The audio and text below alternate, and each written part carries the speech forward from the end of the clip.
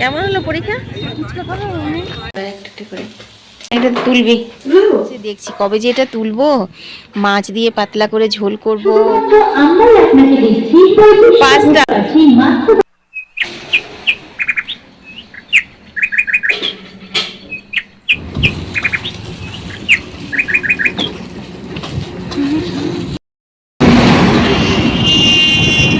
আমাদের ফগ লাইটটা জ্বালনি, জেলে দে, দেখ সবারই জ্বলছে, এত কুয়াশা না দেখা যাচ্ছে না চারিদিকে।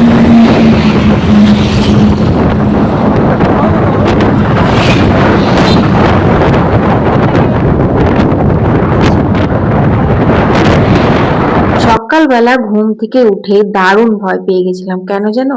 বাইরে এই সাদা কুয়াশা দেখে ভাবছিলাম কি করে ঘরের কাজ সারবো, কি করে বুবলাকে স্কুলে পৌঁছাবো। যাই হোক, সময় আর বাস্তবিকতা কিন্তু আমাদেরকে সবকিছুই মোকাবেলা করতে শিখিয়ে দেয়। রোডটা কি সুন্দর করেছে না? সকাল সকাল ঘরের যা যা কাজ ছিল তোমাদের সাথে প্রতিদিন যেগুলো যেগুলো শেয়ার করি, সেগুলো সব কিছু করে এখন আমি বউলাকে নিয়ে বেরিয়ে পড়েছি স্কুলে ছাড়ার জন্য।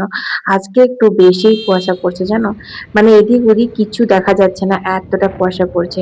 যাই হোক, শুভ সকাল আমার প্রিয় বন্ধুরা, তোমরা কেমন আছো? আশা করি যে যেখান থেকেই আমার ভিডিও দেখছো অনেক ভালো আছো, সুস্থ আছো। আসানসোল থেকে আমি অর্পিতা, তোমাদের অর্পিতা, তোমাদেরকে সাথে নিয়ে আবার একটি নতুন ভিডিও শুরু করে দিয়েছি। বন্ধুরা, সম্পূর্ণ ভিডিওটা দেখো, আশা করি তোমাদের খুব ভালো লাগবে।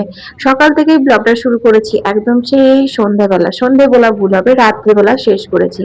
আজ কিন্তু বৃহস্পতিবার, আর বৃহস্পতিবার মানেই নিরামিষ রান্না বান্না ঝামেলা। তো নিরামিষে আজকে একটা সেই ভাইরাল ধনা পাতার পকোড়াটা কিন্তু করেছি। তো সেটা দেখতে হলে অবশ্যই তোমাদেরকে ভিডিওটা দেখতে হবে পুরোটা। তো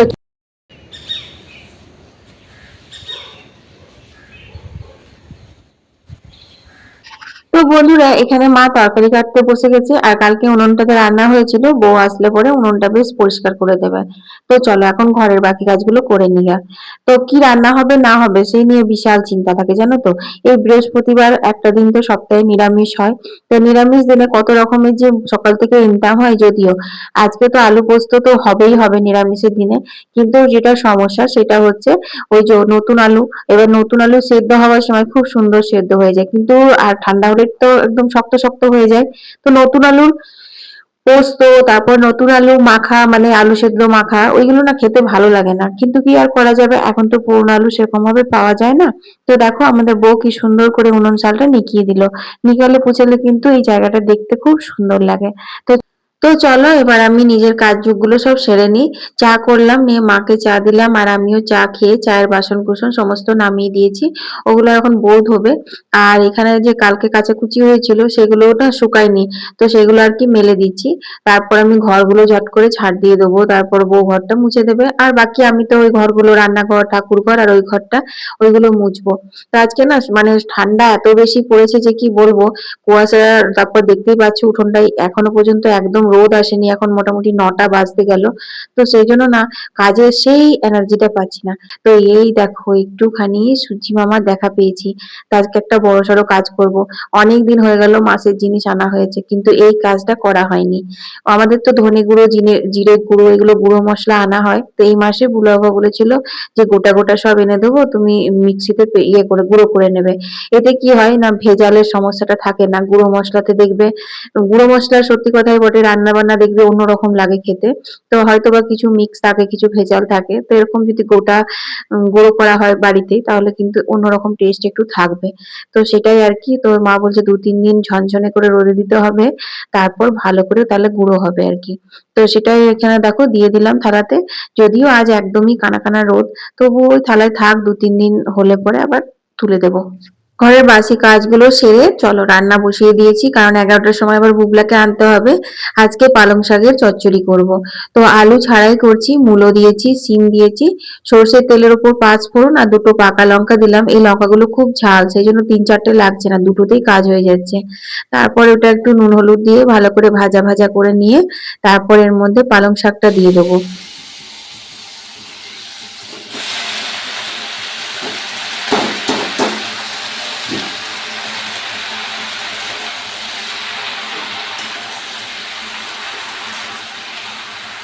তো নিরামিষ রান্না বান্না মানে বুঝতেই পারছো, আলু পোস্ত তো থাকবে। তো এখন সর্ষে আর পোস্তটা বেটে নেবো। কালো সর্ষেটা পালং শাকের চচ্চড়িতে দেবো, আর পোস্তটার জন্য পোস্ত বাটবো। আসলে কি বলতো, আলু পোস্তটা না খেতে ভালো লাগছে না, এখন নতুন আলু না শক্ত হয়ে যাচ্ছে সেই জন্য।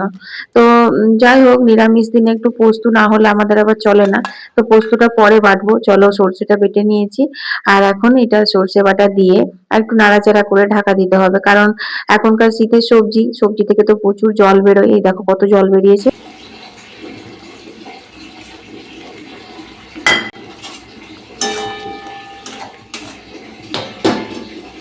পালং শাকটা চাপা থাক, ওটা একদম শুকনো শুকনো করে নামাতে হবে। ততক্ষণে এই যে পোস্তটা বেটে নিচ্ছি।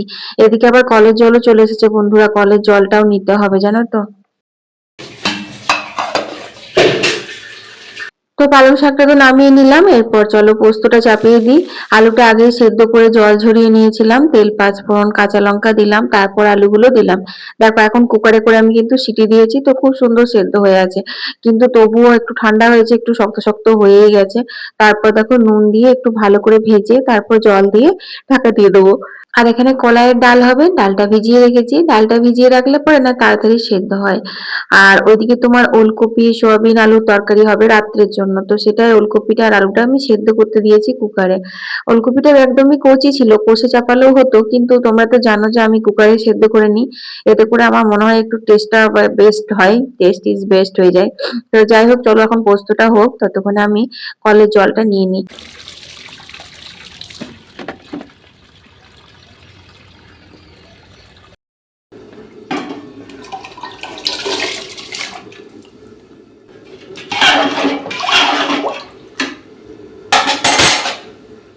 তো এখানে ভাতটা বসিয়ে নিলাম, আর এখানে দেখো মায়ের স্নান হয়ে গেছে। আজকে যেহেতু বৃহস্পতিবারে পুজো করবে, তো সেই জন্য একটু সকাল সকালই স্নান হয়ে গেছে। এখন 11টার মতো বাজে, মানে 11টা এখনো বাজেনি।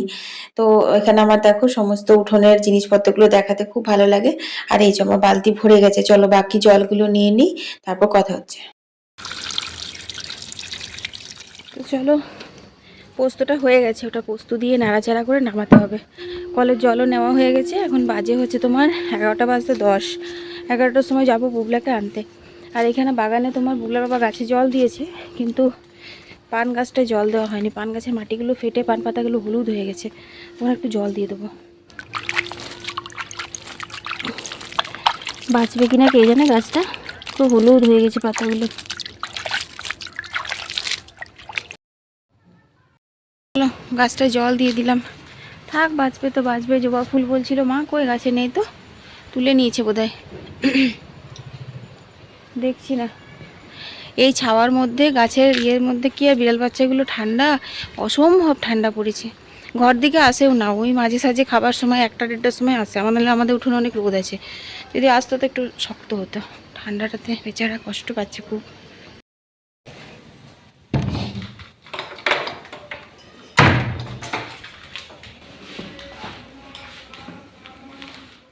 মা আসছি, দেরি হলো 5 মিনিট।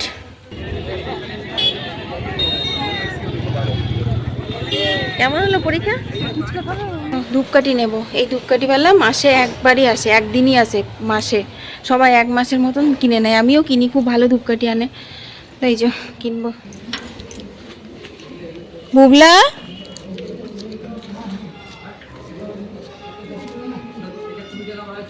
আসবেন, চলো ওখানে নিচ্ছে বললাম না, সবাই নেয় এখানে। দাঁড়া আসবে, বুবলাকেই পাঠালাম, বুবলাই নেই কিছু না, ভিডিও করছি।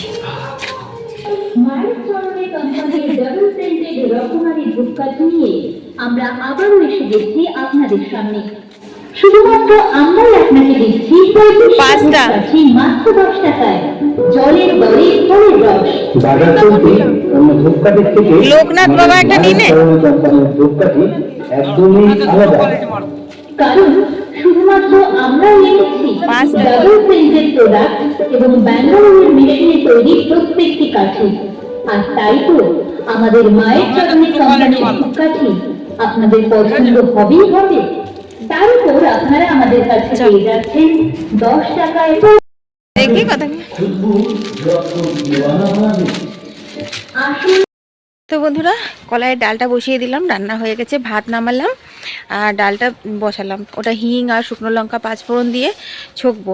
হঠাৎ করে মাথার মধ্যে একটা প্ল্যান এলো, আজকে নিরামিষ। একবার ভাবলাম প্রথমে চাটনি করব, তারপর দেখলাম না, চাটনি করব না, কারণ গোটা কতক টমেটো রয়েছে, তার মধ্যে তরকারিতেও তো দিতে লাগে। তো সেই জন্য তারপর ভাবলাম একবার আমের আচার আছে, সেইটা দিয়ে একটা স্পেশাল চাটনি হয়, তো সেই চাটনিটা করব। তাও করলাম না। তারপর মনে মনে হলো আজকে তো নিরামিষ পদ, আজকে আমি কিভাবে ফেসবুকে মিনি ব্লগটা বানাবো। কারণ তোমরা তো জানো যে তোমাদের অর্পিতা পেজটাতে আমি তো রান্নাবান্না নিয়ে মিনি ব্লগগুলো বানাই, যেখানে তোমাদের অসংখ্য ভালোবাসা পাচ্ছি, মানে অগুন্তি ভালোবাসা পাচ্ছি। তো সেই জন্য তারপর মাথায় এলো, আরে এই বছর তো এখনও পর্যন্ত আমি ধনেপাতার সেই রেসিপিটা তো বানাইনি একদিনও। তো আজকে নিরামিষ ডাল ভাত পোস্তুর সাথে আমার সেই ফেমাস ধনেপাতার পকোড়াটা বানাবো, একদম অন্যরকম, তোমাদের অর্পিতার স্টাইলে। তোমাদের অর্পিতার রান্নাবান্নার মধ্যে সবটাই মানে একটু নতুনত্ব ছোঁয়া থাকবেই থাকবে। সবাই যেরকম বানাই আমি তার ঠিক উল্টোটা একটু বানাবোই বানাবো, আর খেতে খুব ভালো হয়, আর সেই কারণে তোমাদের সঙ্গে শেয়ার করে দিই। তো চলো, তার জন্য আমাকে লাগবে হচ্ছে বড় বড় ধনেপাতা, বড় বড় ধনেপাতা ঝাড় ঝাড় ধনেপাতা। ধনেপাতা তুলে তুলে তুলে তুলে প্রায় মানে একদম শেষের দিকে চলে এসেছে। মানে যে আজকে পকোড়া করার জন্য যে টাইপের লাগবে ধনেপাতাটা, সেই টাইপেরটা খুব একটা বিশেষ দেখছি না। যাই হোক, তুলবো। আর এই দেখো, পিছু পিছু পিছু পিছু সারাদিন ঘুরতে থাকে, যেখানে যাব সেখানেই আসবে। আর এই ফুলকপিটা রোজ এসে এসে দেখছি কবে যে এটা তুলবো, মাছ দিয়ে পাতলা করে ঝোল করব, পাতাগুলো ভর্তা করব।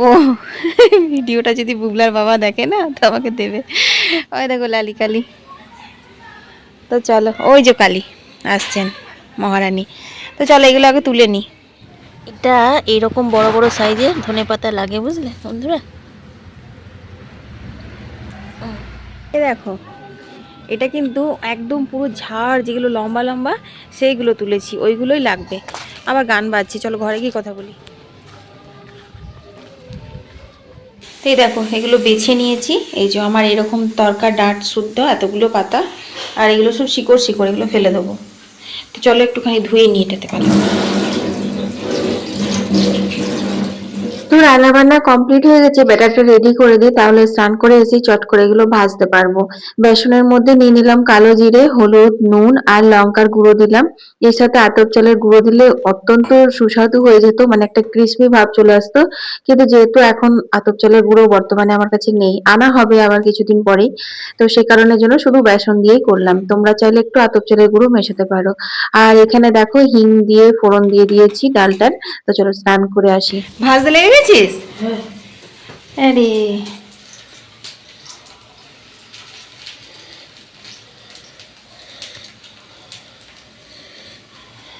বাটিটা বললাম না, ফ্রাইং প্যানের কাছে নিয়ে চো, নিয়ে বাদে। স্নান করতে গেছি, এসে দেখি ভাজা শুরু করে দিয়েছে বুবলা। তো ওই তো লম্বা লম্বা ধনেপাতা গুলো ব্যাটারের মধ্যে চুবিয়ে এরকম ভাবে ডিপ ফ্রাই করলে কিন্তু খেতে খুব ভালো লাগে। তো দেখো কি সুন্দর ভাজছে। ওই যে বুগলা ভাজছে, ও সবগুলোই ভাজবে, আজকে নতুন একটা কিছু দেখেছে। যেদিনই কিছু নতুন করব সেদিন ওরও ইন্টারেস্ট খুব বেড়ে যায়। হুম, এনে এটা তুলবি। হয়ে গেছে। তো কুড়মুড়ে তুমি তো ওই কর্নফ্লাওয়ার দাও না, তাহলে কর্নফ্লাওয়ার না দিলেও কুড়মুড়ে হয়। তো শুভ সন্ধ্যা বন্ধুরা, খেয়ে দিয়ে একটুখানি শুয়েছিলাম, আর শোয়ার পরে তো সঙ্গে সঙ্গে জানোই সন্ধে হয়ে যায়। তো বুবলা 4টার সময় টিউশন বেরিয়ে গেছে, ওর আজকে পরীক্ষা শেষ হলো, আবারও টিউশন। কারণ একটা পরীক্ষা শেষ হতে না হতে আর একটা পরীক্ষার রুটিন চলেই আসে, তোমরা জানোই এখনকার দিনে পড়াশোনা কি। তো যাই হোক, এখন আমি সন্ধে দিয়ে নিচ্ছি। আর আজকে কিন্তু মানে পৌষ মাসের প্রথম দিন, তাও আবার বৃহস্পতিবার। বৃহস্পতিবারের পয়লা দিন পড়েছে, কত ভালো লাগছে জানো তো। তো প্রথম বৃহস্পতিবার আজকে পৌষ মাসের, তার কারণে আজ থেকে কিন্তু উলু উলু দিয়ে পরে তোমার সন্ধে দিই। সারা পৌষ মাস কিন্তু সন্ধ্যাবেলায় উলু দিতে হয়, এটাই হচ্ছে নিয়ম। তো চলো এখন সন্ধ্যাটা দিয়ে নিই।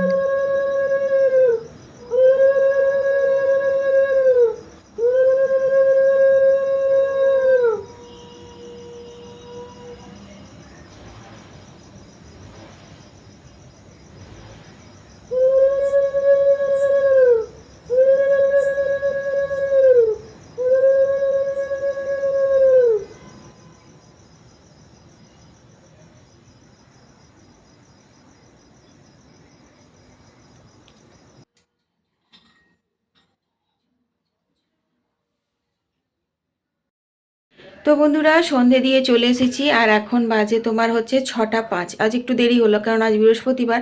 তোমরা তো জানো যে বৃহস্পতিবার সন্ধে দিতে আমার একটু দেরি হয়, পাঁচালি টাচালি পড়ি, তো সেই কারণে মন্দিরে সন্ধে দিয়ে এসে তো যাই হোক, বুবলা এখনও আসেনি টিউশন থেকে।